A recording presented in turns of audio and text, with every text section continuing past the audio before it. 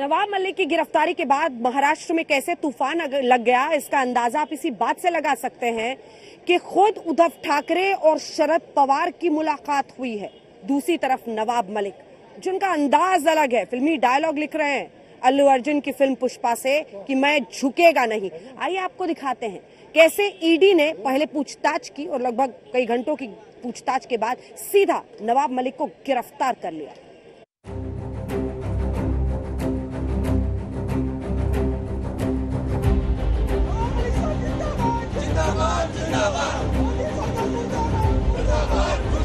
डरेंगे नहीं, लड़ेंगे और जीतेंगे और सबको नंगा करेंगे। महाराष्ट्र की उद्धव ठाकरे सरकार में मंत्री और महाराष्ट्र की सियासत में कद्दावर नेता, जी हां, नवाब मलिक की गिरफ्तारी ने महाराष्ट्र में एक नई जंग छेड़ दी है।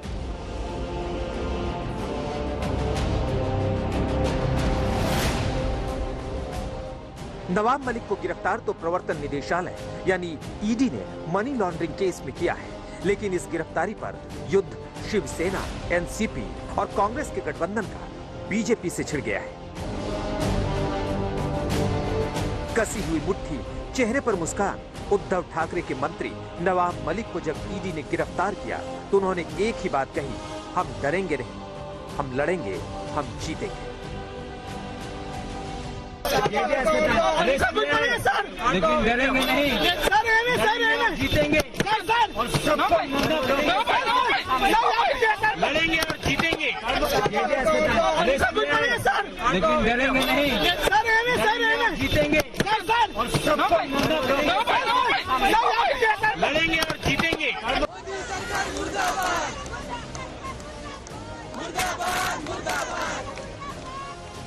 और थोड़ी ही देर बाद महाराष्ट्र की सियासत में जैसे नवाब मलिक की गिरफ्तारी का विस्फोट हुआ और ईडी दफ्तर के बाहर एनसीपी के कार्यकर्ताओं ने मोर्चा खोल दिया, जमकर नारेबाजी शुरू कर दी। नवाब मलिक आप संघर्ष करो, हम तुम्हारे साथ हैं। नवाब मलिक साहब जिंदाबाद, जिंदाबाद, जिंदाबाद। नवाब मलिक साहब जिंदाबाद, जिंदाबाद, जिंदाबाद। महाराष्ट्र सरकार के ताकतवर मंत्री नवाब मलिक की गिरफ्तारी क्यों और कैसे हुई, इसका पूरा सच हम आपको बताएंगे।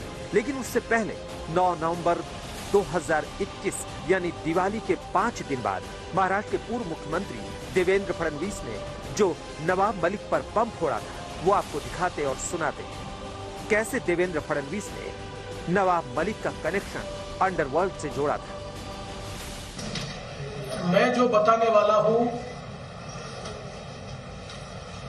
ना तो वो सलीम जावेद की स्टोरी है, ना ही वो किसी इंटरवल के बाद की पिक्चर है। एक बहुत ही सीरियस, बहुत ही गंभीर और एक प्रकार से राष्ट्र की सुरक्षा से जुड़ा हुआ मसला है। जी हां, देवेंद्र फडणवीस ने आरोप लगाए कि नवाब मलिक ने अंडरवर्ल्ड डॉन दाऊद इब्राहिम, उसकी बहन हसीना पारकर और 1993 मुंबई धमाके के आरोपियों से जमीन कौड़ियों के भाव में खरीदी गई। इसके बाद ईडी एक्टिव होती है और पड़ताल उस अंडरवर्ल्ड की कनेक्शन वाली जमीन की होती है जिसे नवाब मलिक पर कौड़ियों के भाव में खरीदने का आरोप है। और ईडी दाऊद इब्राहिम के भाई इकबाल कासकर को अपनी हिरासत में लेती है।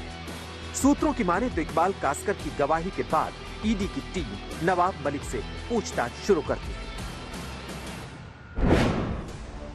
नवाब मलिक से सुबह 7:45 से पूछताछ शुरू होती है। 8 घंटे की लंबी पूछताछ के बाद नवाब मलिक गिरफ्तार होते हैं। नवाब मलिक को पीएमएलए कोर्ट में पेश किया जाता है और महाराष्ट्र सरकार इस गिरफ्तारी को चैलेंज करती है। उनको जिस तरह से ईडी के लोग घर में जाकर लेकर गए हैं, ये महाराष्ट्र सरकार के लिए एक चैलेंज है। मैं मानता हूं कि एक कैबिनेट मंत्री को हमारे राज्य में आकर केंद्रीय जांच एजेंसी के लोग लेके जाते हैं। जांच कर सकते हैं आप, पुराने कुछ इशू निकाल कर सबकी जांच हो रही है, सबकी जांच हो रही है। 2024 के बाद आपकी भी जांच होगी, ये आप ध्यान में रखिए। मैं जो बोल रहा हूँ उसका परिणाम भुगतने को मैं तैयार हूँ। महाराष्ट्र के कैबिनेट मिनिस्टर नवाब मलिक को फाइनली ईडी ने गिरफ्तार किया। अब इस गिरफ्तारी के बाद उन्होंने इस्तीफा देना चाहिए। यह महाराष्ट्र की परंपरा है। इस प्रकार का कानून भी है कि जब कोई मिनिस्टर पर आरोप लगते हैं और आरोप इतने हैं कि उसमें गिरफ्तारी होती है, अब ये विषय शुरू हो जाएगा कि नहीं वो अभी तो गिरफ्तारी हुई है, अब और आगे चलना है वगैरह वगैरह। ये नैतिकता है और ये महाराष्ट्र की परंपरा है। 2 चीफ मिनिस्टर इस प्रकार से गए। आज हम आपको इस पूरे जमीन विवाद और नवाब मलिक के अंडरवर्ल्ड से कनेक्शन के आरोपों की इनसाइड स्टोरी बताएंगे। लेकिन उससे पहले आपको बता दें कि नवाब मलिक की गिरफ्तारी मुंबई में हुई, लेकिन उसकी धमक यूपी तक पहुंच गई। चौथे चरण की वोटिंग के दौरान नवाब मलिक की गिरफ्तारी गूंजने लगी। नवाब मलिक की गिरफ्तारी पर विपक्ष भी हमलावर हो गया। भारतीय जनता पार्टी जिस समय घबराती है, इस तरह की एजेंसियों को सामने ला करके लोगों को अपमानित करती है, झूठे मुकदमे लगा करके जेल भेजती है। हमने कई बार देखा है। यहाँ पर भारतीय जनता पार्टी की सरकार ने बताया था कि उनको खतरा है, टेररिस्ट अटैक हो सकता है विधानसभा में। कोई पुड़िया निकली थी और बाद में वो पुड़िया निकली बुरादा, लकड़ी का घिसा हुआ पाउडर। तो ये भारतीय जनता पार्टी के लोग कुछ भी कर सकते हैं, किसी को भी अपमानित कर सकते हैं। महाराष्ट्र सरकार के मंत्री दाऊद के खोखार गुर्गे की जमीन खरीदते हैं। जो जमीन सरकार जमा होने वाली है, उस कारण ना के बराबर पैसे दे करके उस बम ब्लास्ट आरोपी से जमीन खरीदी जाती है। उसके सारे कागजात देश के सामने आने के बाद जब ईडी उस पर कार्रवाई करे तो महाराष्ट्र सरकार के मंत्री कहते हैं और सरकार कहती है कि ये बदले की भाव से कार्रवाई हो रही है। एनसीपी का आरोप है कि बीजेपी ने उत्तर प्रदेश में बाकी दलों को डराने के लिए नवाब मलिक को गिरफ्तार करवाया है, ताकि उत्तर प्रदेश में मैसेज दिया जा सके कि जो उनकी बात नहीं मानेगा वो जेल जाएगा। महाराष्ट्र में विदाउट नोटिस अगर किसी बड़े मंत्री को हम ताबे में ले सकते, ये संदेश अगर उत्तर प्रदेश में उनको देना है, तो शायद वो डेस्परेट अटेम्प्ट है कि जो लास्ट राउंड बचे हैं इलेक्शन के उत्तर प्रदेश में, वहाँ पे एक संदेश देने का वो कोशिश कर रहे हैं, ऐसे हम सबको लगता है। हम आपको बता दें कि नवाब मलिक मूल रूप से यूपी के बलरामपुर जिले के रहने वाले हैं। उनके पिता मुंबई में आकर बस गए थे। मुंबई में नवाब मलिक ने कबाड़ और कपड़े का कारोबार किया और उसके बाद महाराष्ट्र की राजनीति में आ गए और आज की तारीख में वो महाराष्ट्र सरकार में कैबिनेट मंत्री हैं। अब अंडरवर्ल्ड से जुड़ी जमीन खरीदने के आरोप में नवाब मलिक की गिरफ्तारी से महाराष्ट्र की सियासत में भूचाल आ गया है। कमलेश सुतार के साथ साहिल जोशी, मुंबई, आज तक। और अब स्पेशल रिपोर्ट में आपको दिखाते हैं inside story. Inside story Nawab Malik की ईडी की तरफ से की गई गिरफ्तारी की। खबर यह है कि 15 फरवरी के आसपास मुंबई ने ईडी ने कई जगहों पर छापेमारी की थी और उन्हीं छापेमारियों के दौरान सीधे लिंक मिले कि करोड़ों की जमीन 20-30 लाख में नवाब मलिक ने खरीद ली थी अंडरवर्ल्ड से जुड़े हुए दाऊद इब्राहिम से जुड़ी हुई इस प्रॉपर्टी को लेकर। क्या आरोप है, कैसे ये मामला आगे बढ़ा, ईडी के हाथ क्या लगा, कैसे हुई नवाब मलिक की गिरफ्तारी, पूरी इनसाइड स्टोरी। 9 नवंबर 2021 को देवेंद्र फडणवीस एक प्रेस कॉन्फ्रेंस करते हैं और नवाब मलिक पर आरोप लगाते हैं कि उन्होंने 1993 मुंबई बम धमाकों के आरोपियों से जमीन कौड़ियों के भाव खरीदी। देवेंद्र फडणवीस ने 2 किरदारों का जिक्र किया है। किरदार नंबर 1 सरदार शाह अली खान, किरदार नंबर 2 सलीम पटेल।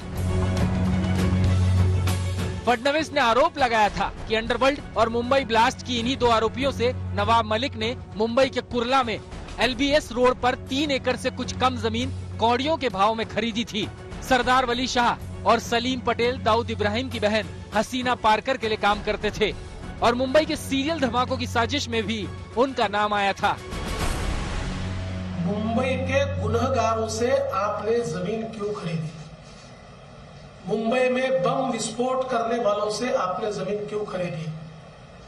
और ऐसी कौन सी बात थी जिसके कारण ये मुंबई के गुनहगारों ने LBS रोड पर 3 एकड़ की जमीन आपको 20 लाख रुपए में दे दी?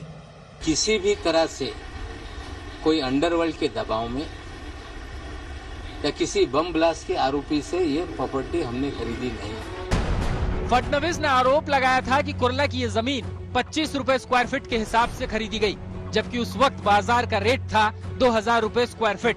अंडरवर्ल्ड की जमीन को कैसे नवाब मलिक ने अपने नाम किया, देवेंद्र फडणवीस ने इसका पूरा खेल भी समझाया। सवाल ये उठता है कि इनके ऊपर टाड़ा था, टाड़ा उस समय, ये शायद बेल पर बाहर आए होंगे इसलिए वो कर पाए, वो अभी उसमें असर्टन नहीं कर पाया, इनके ऊपर टाड़ा लगा था। और टाड़ा का अगर आप कानून देखें तो टाड़ा के कानून में टाड़ा का जो आरोपी होता है या कन्विक्ट होता है उसके सारे प्रॉपर्टी सरकार जब्त करती है। इस वक्त सवाल यही है कि क्या नवाब मलिक का वाकई अंडरवर्ल्ड के साथ कनेक्शन है, और अगर कनेक्शन है तो सबूत है क्या ईडी के पास, या फिर देवेंद्र फडणवीस जिन्होंने सबसे पहले अंडरवर्ल्ड के साथ नवाब मलिक के रिश्ते की बात की थी, उनसे दुश्मनी की वजह से ये गिरफ्तारी हुई है, यही विपक्ष का आरोप है।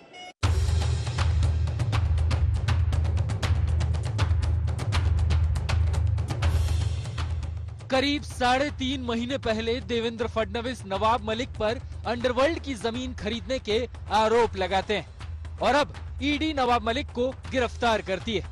ऐसे में महाराष्ट्र सरकार और नवाब मलिक के तमाम साथी जड़े कुरेद रहे हैं। साथ ही बीजेपी पर आरोप लगा रहे हैं कि बीजेपी इस बात से घबराई हुई है कि नवाब मलिक उसका ड्रग्स कनेक्शन खोल रहे हैं। और इसी के साथ स्पेशल रिपोर्ट में इतना ही। देश दुनिया की बाकी खबरों के लिए आप देखते रहिए आज तक।